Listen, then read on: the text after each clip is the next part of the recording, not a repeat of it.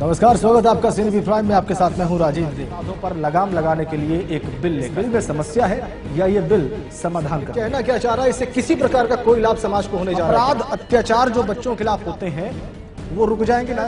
इस चर्चा में स्वागत है आप ज्यादातर लोगों का कि ये कानून सही दिशा में जा रहा है। हमारी चर्चा जारी है।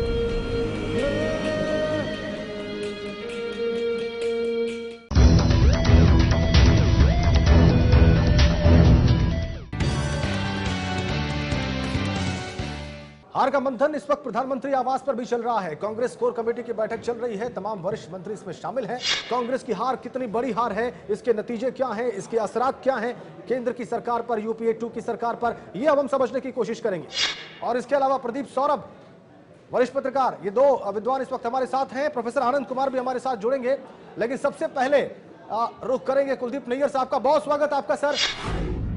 सोनिया गांधी से जब ये पूछा गया कि राहुल को गलत सलाह मिल रही थी तो उन्होंने कहा कि ये सवाल है ही नहीं।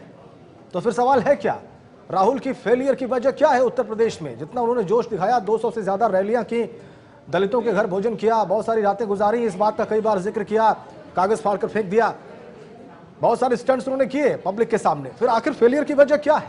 कि मायावती की और बहुजन समाज पार्टी की असफलता के प्रमुख कारण क्या थे? जबकि आप ये कह रहे हैं कि दलितों का वोट मायावती जी को गया है, बहुजन समाज पार्टी को गया है। हमारे दोनों और खास मेहमान हमारे साथ हैं, वो उनकी बात जरूर सुनेंगे इस विषय पर।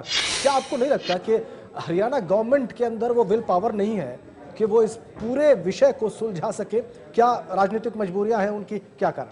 भ्रष्टाचार और माफिया के खिलाफ जंग लड़ने वालों की हत्याओं का एक लंबा सिलसिला रहा है इस मुल्क में, और ऐसा देश के कई हिस्सों में इससे पहले भी हो चुका है। तो फिर बार बार ऐसा होता क्यों है? क्यों नहीं ये सिस्टम ऐसे अधिकारियों की, ऐसे जांबाज अफसरों की रक्षा कर पाता है? आज शाम सीएनबी प्राइम में हमारी चर्चा का विषय यही होगा, और हमारे साथ बहुत सारे खास मेहमान जुड़ेंगे। फिलहाल इस वक्त आईपीएस, एमपी कैडर के आईपीएस, पूर्व डीजी बीएसएफ के, एनएसजी के और एमपी पुलिस के भी डीके आर्या साहब हमारे साथ हैं। आर्या जी, स्वागत करने का अवसर नहीं है, बहुत गंभीर, बहुत गमगीन ये दिन आज का, ये शाम। सबसे पहला रिएक्शन मैं आपसे यही लूंगा, द वॉल ने संन्यास ले लिया, आज के खेल के हिसाब से सबसे बड़ी खबर, और इस खबर के बाद कुछ सवाल खड़े होते हैं, कुछ बहुत अहम सवाल खड़े होते हैं। क्या टीम के और सीनियर खिलाड़ियों के लिए भी अब कुछ वक्त आ गया है कुछ ऐसे फैसले लेने का? क्या राहुल द्रविड़ इससे बेहतर विदाई डिजर्व नहीं करते थे? और क्या राहुल द्रविड़ की क्रिकेट अब खत्म हो गई थी? क्या यह उनके संन्यास का सही समय था? क्यों ऐसा हुआ कि उनको फेम नहीं मिला जिसके वो हकदार थे? बहुत सारे खास मेहमान इस वक्त हमारे साथ बजट पर बहस करने के लिए, इसके अर्थ क्या है ये समझने के लिए। प्रोफेसर यामिनी हमारे साथ हैं, और इसके अलावा कांग्रेस नेता संतोष वागरोडिया जी, येस बैंक के एमडी और सीईओ डॉक्टर राणा कपूर हमारे साथ हैं। आप सभी का बहुत स्वागत हमारी इस चर्चा में। अगले 2 घंटे तक हम बजट के प्रस्तावों पर विस्तार से चर्चा करेंगे, और इसके लिए बहुत खास मेहमान हमारे साथ।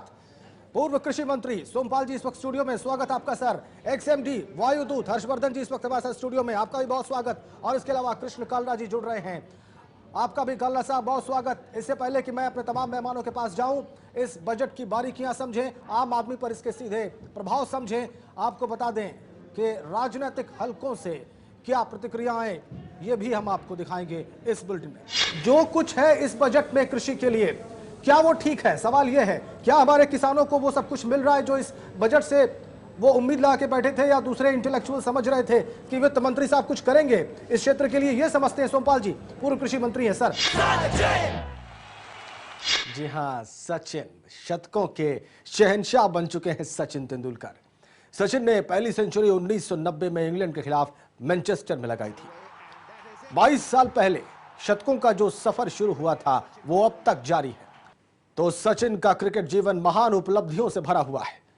बल्लेबाजी का शायद ही ऐसा कोई रिकॉर्ड हो जो सचिन के नाम पर ना हो। सचिन का क्रिकेट करियर 1989 में 16 साल की उम्र में शुरू हुआ था। 22 साल पहले शुरू हुआ यह सफर अब तक शानदार तरीके से जारी। रविवार की शाम निश्चित रूप से सेलिब्रेशन के लिए बहुत कुछ भारतीय क्रिकेट प्रेमियों के पास, खासकर इन हालात में जब बांग्लादेश से हम पिछला मैच हार गए थे। एक बहुत ही शर्मनाक पहलू था। बांग्लादेश की रैंकिंग हम सब जानते हैं, किस तरह की कमजोर टीम है ये हम जानते हैं, और उसके खिलाफ मैच हारने के बाद पाकिस्तान से एक बहुत अहम मुकाबला था। चीयरफुल होने के लिए, सेलिब्रेट करने के लिए, जश्न मनाने के लिए इस वक्त बहुत कुछ भारतीय ड्रेसिंग रूम में भी, वहां स्टेडियम में मौजूद भारतीय क्रिकेट समर्थकों के लिए भी, और यहाँ देश में जो लोग टेलीविजन पे ये मैच देख रहे हैं उन सब के लिए। नमस्कार, स्वागत है आपका सीएनबी प्राइम में। आपके साथ मैं हूं राजीव। अपराधों पर लगाम लगाने के लिए एक बिल में समस्या है या ये बिल समाधान का कहना क्या चाह रहा है? इससे किसी प्रकार का कोई लाभ समाज को होने जा रहा है? अपराध अत्याचार जो बच्चों के खिलाफ होते हैं वो रुक जाएंगे ना? इस चर्चा में स्वागत है आप ज्यादातर लोगों का कि ये कानून सही दिशा में जा रहा है। हमारी चर्चा जारी है।